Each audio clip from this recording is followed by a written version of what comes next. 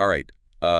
Let's jump right into this Okay. economic survey 2023-24, Sounds good. specifically Chapter 10, Okay. focusing on Indian industry and manufacturing. Yeah. I've been looking over all the stuff you sent, Mm-hmm.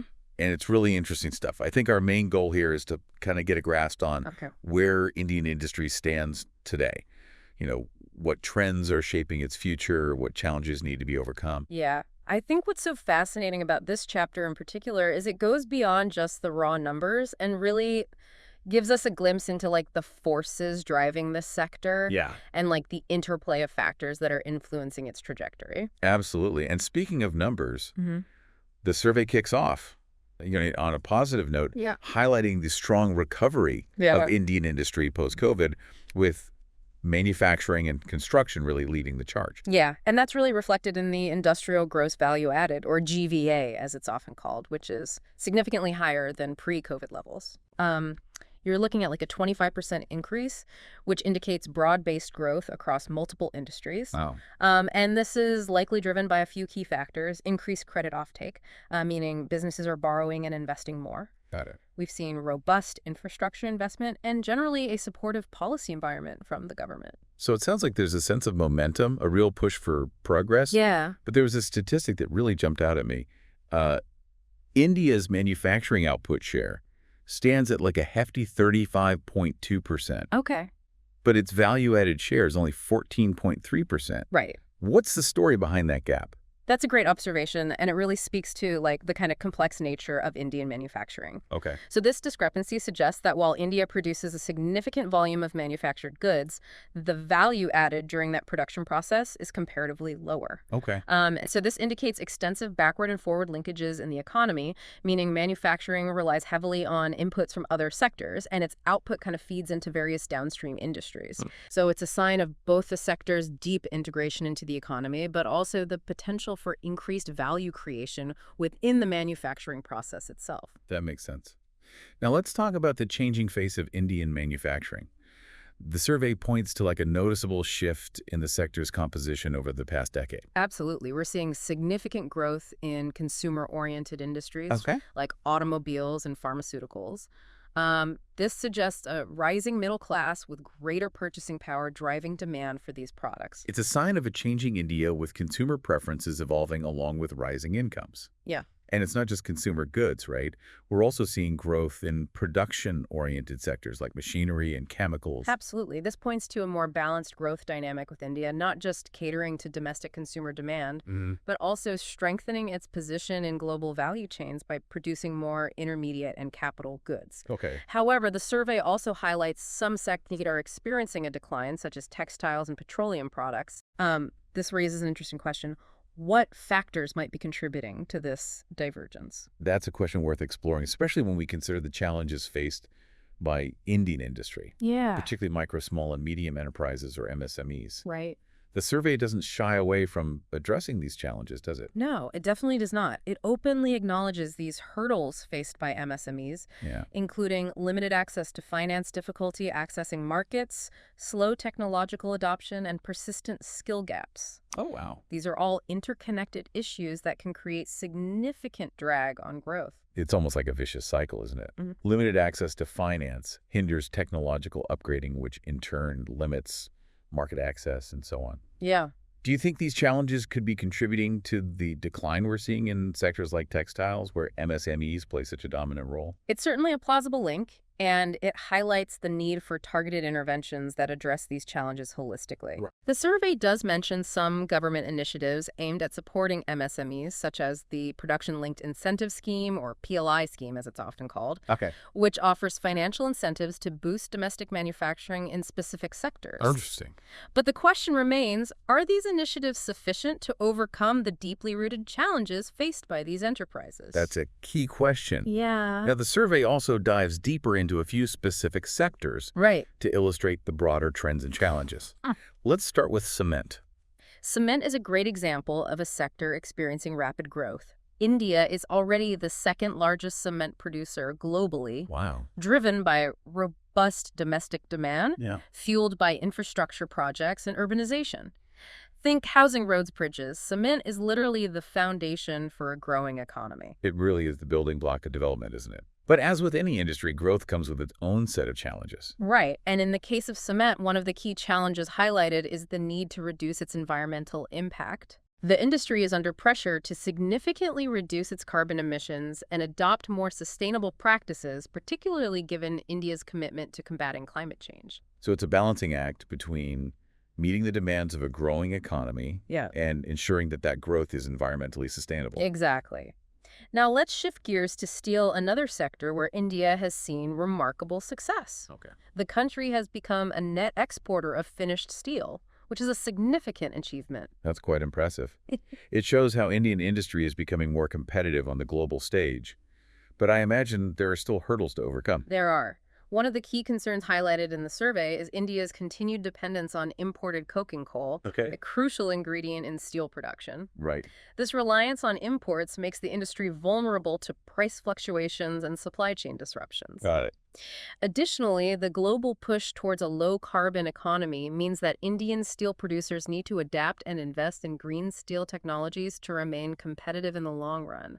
It sounds like adapting to the demands of a changing global landscape is a key theme here. Yeah. Now let's talk about pharmaceuticals, a sector where India has earned a global reputation as the pharmacy of the world. Yes, India's pharmaceutical industry is truly a success story. It's known for its large-scale production and export of generic drugs, making essential medicines accessible to people around the world. Right.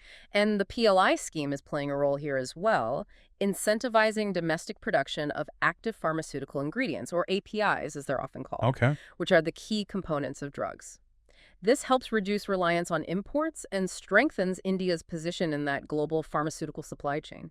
It's an industry that India can be justifiably proud of. Yeah. But are there areas where it can push itself further? Absolutely. While India excels in generic drug manufacturing, the survey highlights the need for greater focus on innovation and R&D to move beyond generics and develop novel drugs and therapies. This requires fostering a more robust research ecosystem, encouraging collaboration between industry and academia, and attracting greater investment in pharmaceutical R&D. It's about shifting from making to discovering in the pharmaceutical space. So it's about reaching the next level, evolving from a manufacturing hub to a global leader in pharmaceutical innovation. Right. Now, in contrast to these high-growth sectors, the survey also points to some industries that are facing significant challenges like textiles. Right. Why is this sector struggling? One key factor is the dominance of MSMEs in the textile industry. Okay. And the numerous constraints they face, which we discussed earlier. Yeah. Limited access to finance, technology, and markets hinders their ability to compete effectively. Got it. The survey does mention government initiatives like the PM-MITRA parks, which aim to create integrated textile manufacturing facilities to support the industry. Right. But it remains to be seen whether these efforts will be sufficient to revitalize this sector. It sounds like a complex situation with deep-seated challenges that require a multi-pronged approach to address. Yeah. Now, beyond the sector-specific discussions, the survey delves into some cross-cutting themes that impact Indian industry as a whole. Let's talk about MSMEs, often referred to as the backbone of the Indian economy. MSMEs are indeed vital. They account for a significant share of manufacturing output and employment, driving economic activity across the country. Right. However, they continue to grapple with those persistent challenges we discussed earlier: formalization, financing, and integration into global value chains. Right. These are long-standing issues that require sustained effort to overcome. But amidst these challenges, the survey does offer a glimmer of hope, doesn't it? It highlights the potential of MSMEs in the digital economy. Yes, it does. One striking statistic is that nearly 70% of e-commerce sales in India come from MSMEs. Wow. This shows that they are adapting, embracing new technologies, and finding ways to thrive in the digital age. Yeah. It's a testament to their resilience and entrepreneurial spirit.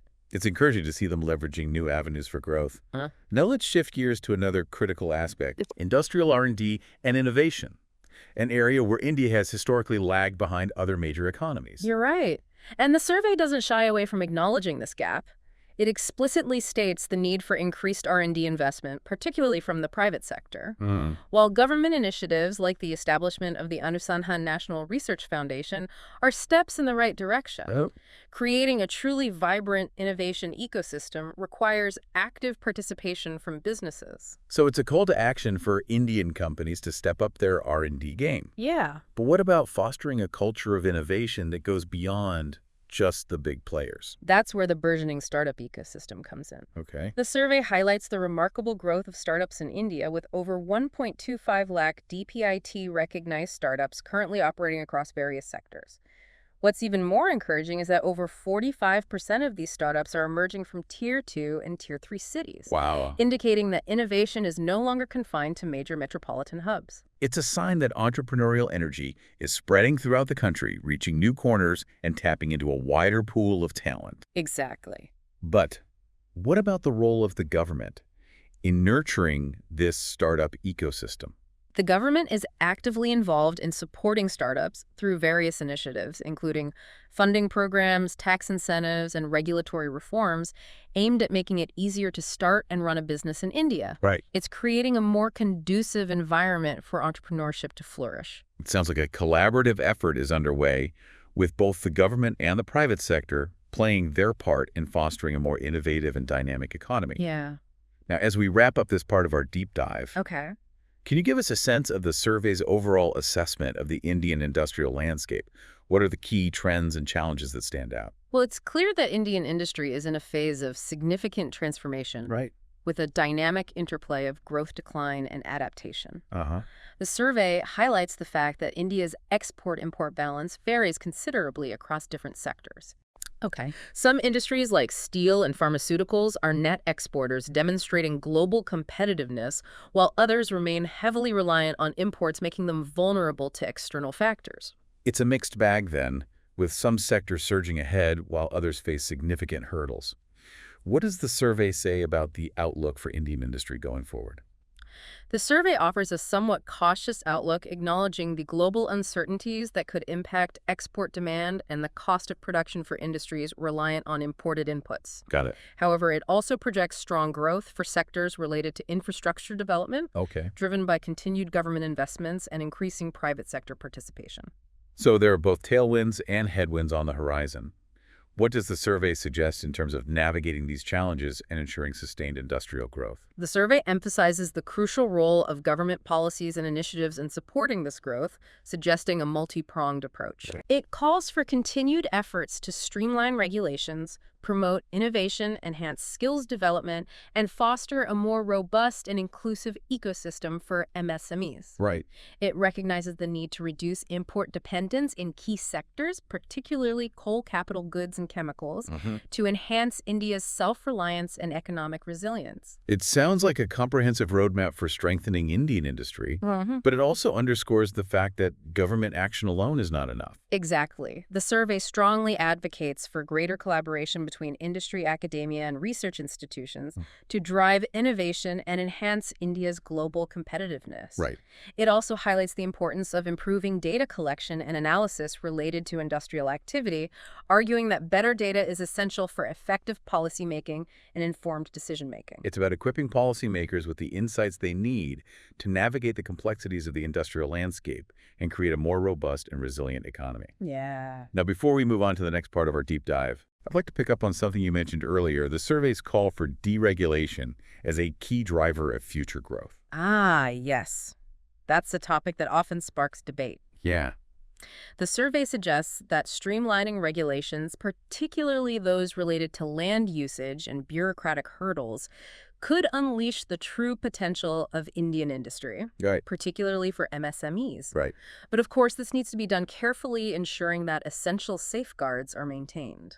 It's about striking that delicate balance between promoting economic growth and ensuring responsible and sustainable development. Precisely. And it's a topic that deserves a deeper dive, which we'll do in the next part of our discussion. Sounds good. That's a complex issue, no doubt. The report argues that while regulations are crucial for things like environmental protection and worker safety, Right. they can sometimes become overly burdensome, especially for smaller businesses. So it's not about doing away with regulations altogether, Right. but rather about making them more efficient and less prone to creating unnecessary obstacles. Yeah, precisely. The report specifically points to land use regulations as an area that could benefit from streamlining. Okay. For instance, restrictions on ground coverage, setback rules, Okay. and parking mandates for factories. Yeah. While these regulations are well-intentioned, they can sometimes make it difficult for businesses, especially micro and small enterprises, to acquire and develop the land they need to expand their operations. It's like trying to build a house on a postage stamp. You're limited in what you can achieve. Exactly. And this limited access to land can increase costs and hinder growth, ultimately impacting the overall competitiveness of the manufacturing sector. So it's not just about the regulations themselves, but also about their unintended consequences. Yeah. The report also hints at a culture of fear among entrepreneurs Yes. due to the complexity and ambiguity of certain regulations. Yes, this fear of inadvertently violating regulations can lead to risk aversion and a reluctance to invest and expand. It creates an environment of uncertainty that can stifle that entrepreneurial spirit. The report argues that a more transparent and predictable regulatory framework could go a long way in boosting investor confidence and encouraging greater risk-taking. It's about creating an environment where businesses feel empowered to innovate and grow rather than constantly looking over their shoulder. Exactly. Now, before we move on from the topic of MSMEs, Okay. I wanted to touch upon a specific initiative highlighted in the report, the One District, One Product, or ODJ scheme. Right. Can you tell us a bit more about that? Of course, the ODLP initiative is a fascinating example of a government program that aims to leverage regional strengths and promote inclusive growth. Okay. Essentially, it's about identifying a unique product from each district in India Wow. and providing support to producers to enhance their competitiveness and market access. It's like a celebration of India's incredible diversity and entrepreneurial spirit all rolled into one. That's a great way to put it. The initiative goes beyond just showcasing these products. It also focuses on capacity building. Providing training programs, facilitating access to credit, and helping producers connect with buyers both domestically and internationally. So it's a holistic approach aimed at creating an ecosystem for success. The report cites examples of increased production, improved market access, and even the empowerment of marginalized communities through this initiative. Exactly. And to further boost this initiative, the government is setting up unity malls, or PM-ECTA malls, in state capitals and prominent tourist centers. These malls will serve as dedicated platforms for showcasing and selling ODOP products from all over India. It's like a one-stop shop for experiencing the best of what India has to offer. It's a brilliant way to promote regional products and connect producers with a wider audience. Now, the report also dedicates a section to the performance of Central Public Sector Enterprises, or CPSEs. What are the key takeaways there? CPSEs play a significant role in the Indian economy, operating in various sectors, from energy and infrastructure to manufacturing and services. The report highlights the fact that their performance has been steadily improving in recent years. We're seeing increased profitability, a rise in capital employed, Wow. and a growing number of CPSEs making a profit. That's encouraging to hear. Yeah. It suggests that these enterprises are becoming more efficient and contributing more to the economy. Yes, and this improved financial health also allows them to invest more in growth and expansion, which ultimately benefits the broader economy. Right. The report also points to a significant increase in their market capitalization, indicating that they are becoming more attractive to investors. So it seems like they're on an upward trajectory. Now, before we move on, the report briefly touches upon industrial credit, a key indicator of economic activity and investment sentiment. Okay. What's the situation there? After a slight dip during the pandemic, industrial credit growth is showing signs of a strong recovery. Good. We're seeing credit growth across various sectors, including those crucial for infrastructure development, which is a positive sign for the overall economy. So the financial fuel for industrial growth seems to be flowing. Yeah. But the report does mention some variations in credit growth across different sectors, which is something worth keeping an eye on. Absolutely. Monitoring these trends can provide valuable insights into the health of specific industries and potential areas of concern. Now let's circle back to a topic we touched upon earlier, industrial R&D and innovation. Ah, yes, the perennial challenge for India industry. The report doesn't sugarcoat the situation, does it? No. It clearly states that India lags behind other major economies when it comes to R&D investment, particularly from the private sector. You're right. It's a gap that needs to be addressed if India wants to become a global leader in innovation. Right. While government initiatives play a role, private sector participation is crucial. So it's a call to action for Indian businesses to step up their R&D game and invest more in innovation. Yes. But it's not just about the amount of investment. It's also about fostering a culture of innovation. Right. Absolutely. The report highlights the fact that industrial R&D in India is highly concentrated in a few sectors, leaving a lot of room for expansion. Yeah. We need to broaden the base of innovation, encouraging more companies across various sectors to engage in R&D activities. And initiatives like the NSN, the National Research Foundation, can play a role in promoting that broader culture of innovation, can't they? Precisely. This foundation is envisaged as an apex body responsible for providing strategic direction and funding for scientific research in India. Okay. It aims to foster collaboration between industry, academia, and research institutions with the goal of driving cutting-edge research and innovation across various sectors. So it's like a catalyst for scientific progress, Yeah. helping to connect the dots and create a more vibrant research ecosystem. Now, we've talked a lot about the challenges, but the report also highlights a bright spot in the Indian innovation landscape, the startup ecosystem. Yes. The growth of startups in India has been phenomenal. The report mentions that there are over 1.25 lakh DPIIT-recognized startups operating in the country, with over 45% of them emerging from Tier 2 and Tier 3 cities. This is a clear indication that innovation is no longer confined to major metropolitan hubs. It's spreading across the country, tapping into a wider pool of talent and ideas. It's a sign of a truly dynamic and evolving economy, and the government is playing a role in supporting this growth. Absolutely. The report details various government initiatives aimed at nurturing this startup ecosystem, including funding programs, tax incentives, and regulatory reforms to make it easier to start and run a business. It's about creating an environment where entrepreneurship can flourish. Now, as we start to wrap up this part of our deep dive, let's take a step back and look at the big picture.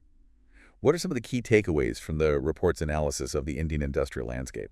Well, it's clear that Indian industry is undergoing a period of significant transformation. We're seeing a shift in sectoral composition, with some industries gaining prominence while others face challenges.